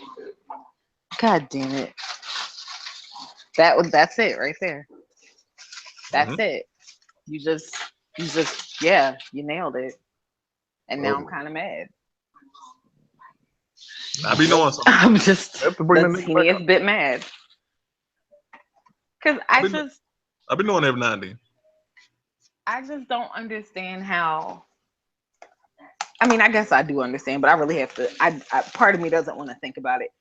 How did we get to the point where the way to go pop in the late 1990s was not only to impersonate Black artists, but to so blatantly copy them and make a whole career trajectory out of it? Like, I don't think we have conversations about Blue Eyed Soul. Like, we can talk about Hall & Oates, we can talk about Bobby Caldwell, and a couple. We talk about Tina Marie, but like Justin Timberlake took that shit to a whole other level, and this is where it started. Yeah. Like, you know what though? This is where it started. Listening back to the album, it's hard to like. It's like, how do we start here, but then get no strings attached and celebrity?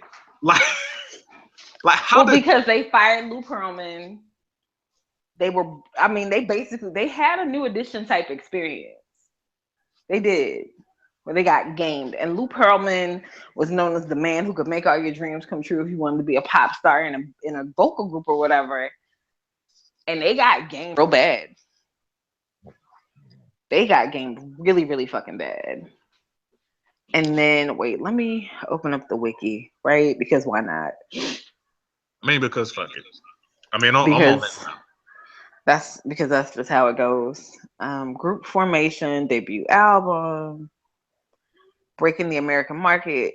Okay, so I Want You Back was January 20th, 1998. That was their first U.S. single.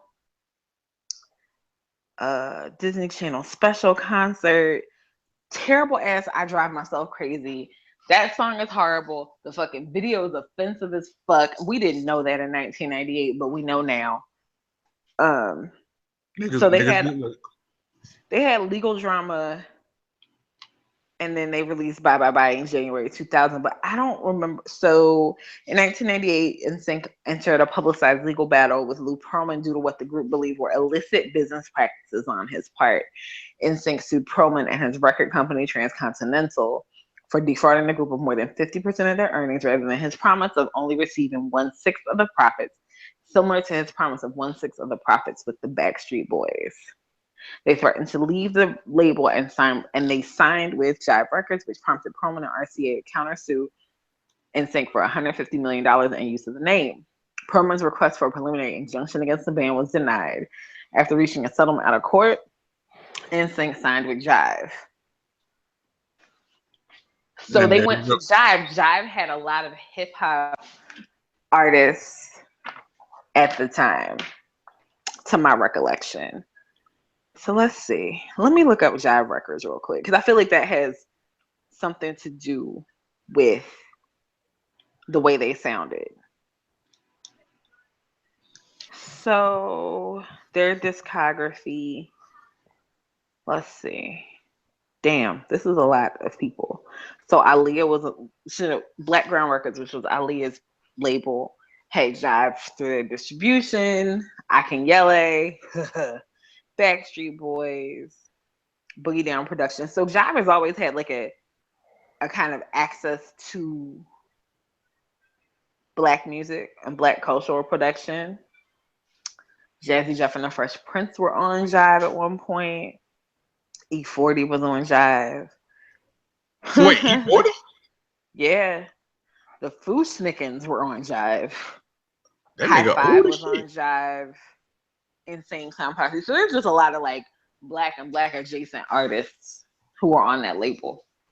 And so it doesn't surprise me when they brought in producers for No Strings Attached or people to just work with NSYNC. They were like, all right, so this is what's popping. Like, it's a certain kind of evolution of their Boys to Men ripoffs, as far as I'm concerned. That's the evolution, because they were like, oh no, we're pop now. We don't have to release black music in order unless we want to. Makes sense. We don't have to, like, they didn't have to. They just chose it. And so here we are with No Strings Attached, which is not bad at all. Not a bad album, but I have questions and feelings about that shit too. We'll do that another day. Yeah, like it's too much to go into. It's way too much to go into. But I think also with the first album, how do I say this? It's a bunch of no. Yeah, it is. It is. Because Here We Go is in the white brainwashing scene in Undercover Brother. That's really all you need to know about that first album.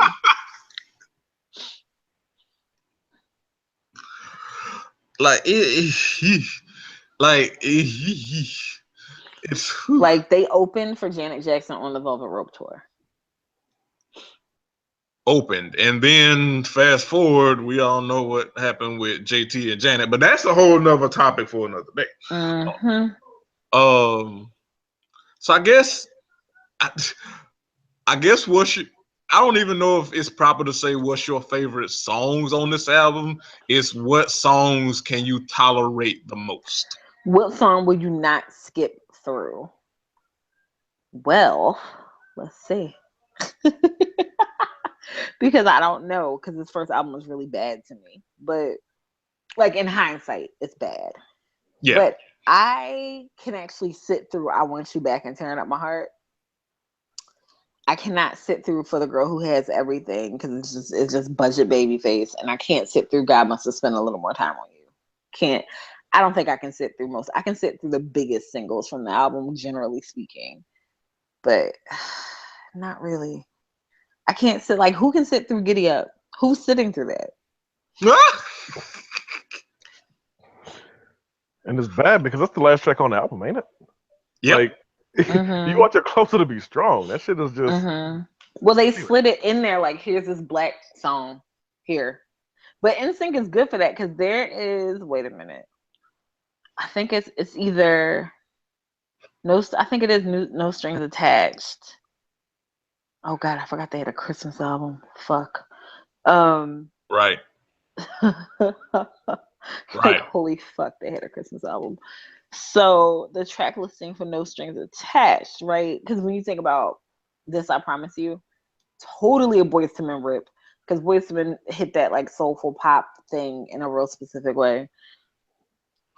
I'll Be Good for You, which is a song that Justin Timberlake co-wrote, and it samples a Teddy Pendergrass song, and it's just so obvious, like, we slipped this black shit in at the end of the album,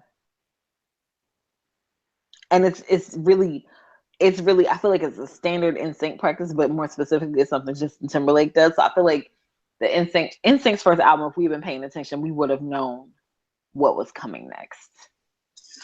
We might not have been able to predict or prevent Nipplegate, but we would have known what was coming next from this white boy who, per my basic research, used to sing country western music until he lost a round on Star Search and started making black music and got ahead with it. Or more directly black, because country music is just white people's blues. So yeah, more or less. like, it's white people's blues. But yeah, I can sit through very few songs on that album. Very few. That's fair. What about you, Dan? I played the whole album ironically. So you just be dancing through the house. Here we go, one more time. Everybody's feeling fine. Here we go now. Like, it's great. Like, it's bad Motown Philly at that point. Like, this is just white Motown Philly, and it's annoying as fuck. He's vacuuming music. I'll just say that. Yeah. Like I feel like it's the album you put on, you try to listen to the whole thing, and you're like, all right, well, I'm not gonna skip this, but I am gonna go take a shit during this song so that I can get my dance on when my favorite part comes on. Yeah, Like I'll be downstairs baking myself a grilled cheese. That's real. I respect that. What about you, Jeremy? What song can you get through? Um, well, obviously, number one for me is "Sailing." I would defend JC's vocals on that song to the day I die. Um, ha, um, you got it. I can sit through that. I can definitely sit through. You got it. I kind of like you got it. I kind of like it. So "Sailing," you got it. And if I gotta choose three,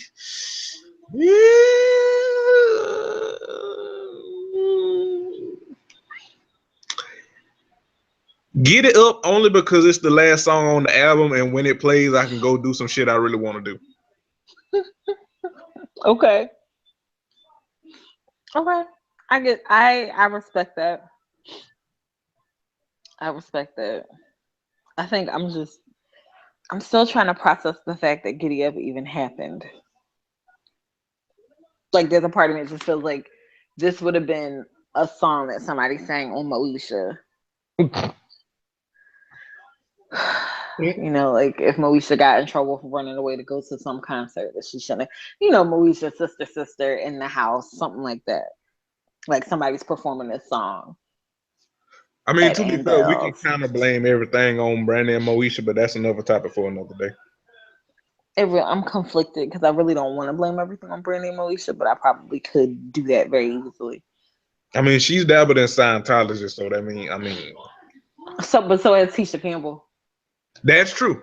That's true. That's how she ended up making that. That's how she ended up. What was it? The rapping auntie song or whatever the fuck it was she did like last year before. I Yeah. blame Scientology for all that. She Was disappeared because she stopped fucking with them, and that's why she and Dwayne Martin like filed for bankruptcy and ain't had no money.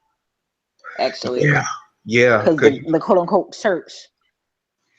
yeah, them motherfuckers are scary, like for real. But if you want to listen to that, for anybody that go to Jay the Next D podcast, they did like a whole last special on Scientology, which was hilarious, but that shit was fucking. Like them motherfuckers are real live cult scammers. Like they live a life of espionage and robbery. They don't even. Right. And y'all gotta watch Leah Remini's show about escaping Scientology. You have to. But we kind of got long wind in the tooth here. We ain't planning for this shit to be this long.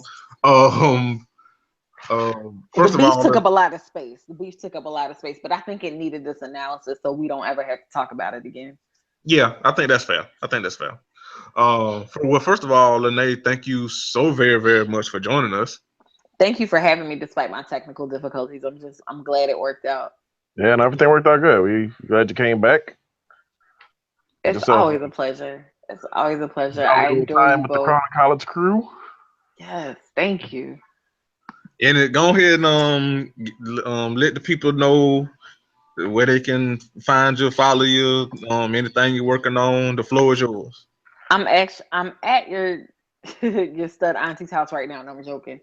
I am on the Twitter. I'm at Dope Girl Fresh. I'm on Instagram as at Dope Girl Fresh. If you really, really like me and you want to give me money, it's cash.me and my cash tag is it's Dope Girl Fresh.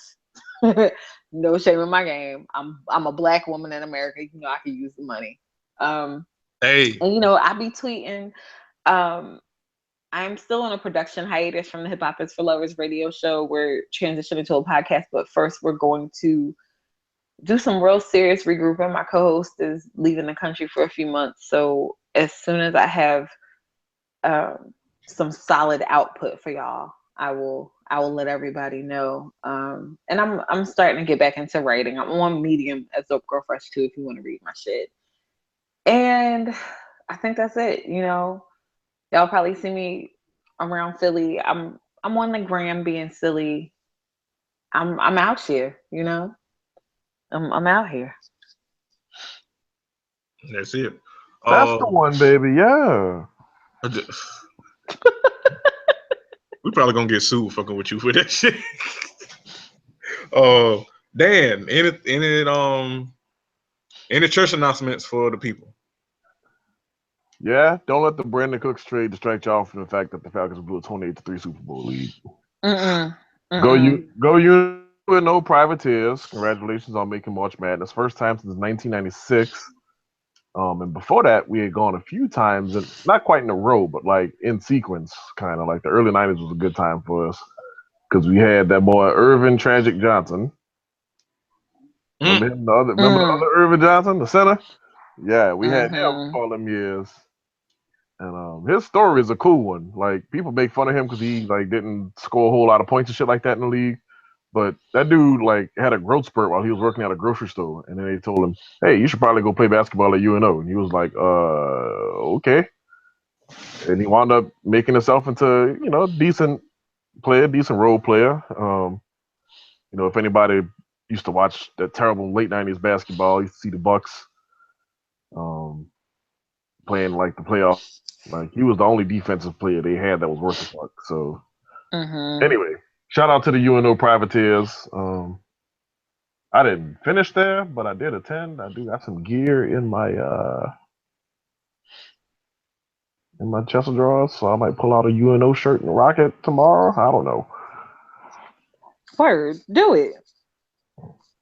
Do it. Why the hell not? Yeah, might as well represent.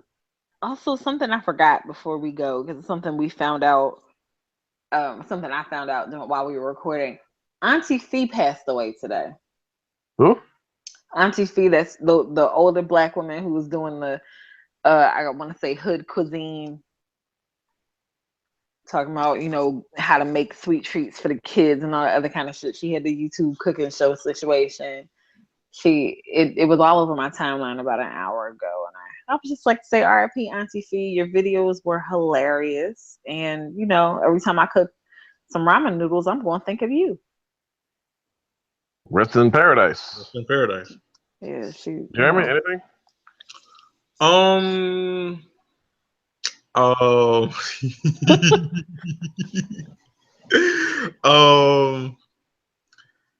You know what?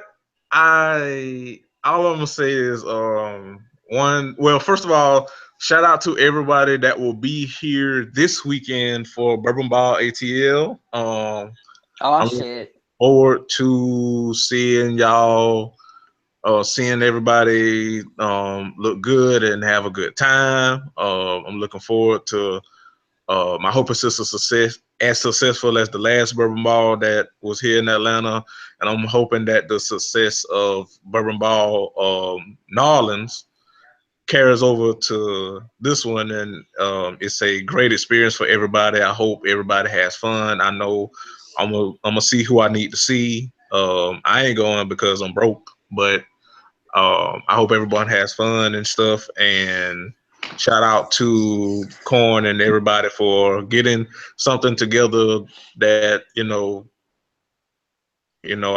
don't mean everybody got to get along and everybody got to like everybody, but for that moment and that space, I'm glad that people genuinely get together and have a great time. That's right. Also, also, it's some bullshit. I'm hovering on the mute button. Say some bullshit.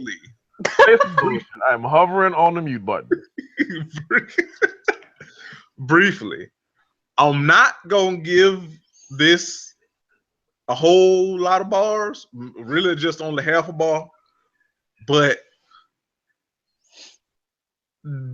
just as a general rule of thumb, people, like real talk, as for your safety, don't you take your ass to no origin as a fucking MLK poster. Don't take your ass no shit like that. Just as a general rule of thumb, for your safety. Yeah. Oh, okay. I'm glad you went that route. If you want to talk about it next week, I'll come back on. We can talk about it next week too. I'm open to it. because I think it's supposed to happen this weekend. Right after Bourbon Ball. Yeah. I just want y'all to know I'm open. You let me know. You let me know. Just people don't take your ass to that shit. Don't take your ass to that Hotep ass shit. Um, Not even Hotep shit. Like I don't want to misattach things, and I don't want to make things seem like things that they're not. But that is just like categorically stupid. oh, bro, trust me. It's some awkward ass shit. I'll tell you why after we close this up. I'll tell you why. Oh no, share. Go for it now, Jeremy. I think the people need to know. No. This is okay. off the air conversation. This is gonna be an off the Okay. air conversation. All right. Episode 113 is in the books. Thank y'all for enduring this with us. If you made it this far, congratulations. I don't got a prize for you, but I mean I hope this was entertaining. Tweet us on the timeline at Dan Chrism, at Blake_Dante, at Dope Girl Fresh. We are 113 Crown and Collards. That is the wrap on this episode. Next week makes 100 episodes we've been on the CSPN. Check it out. We're going to have something special for y'all. Peace. 100. Bye, y'all.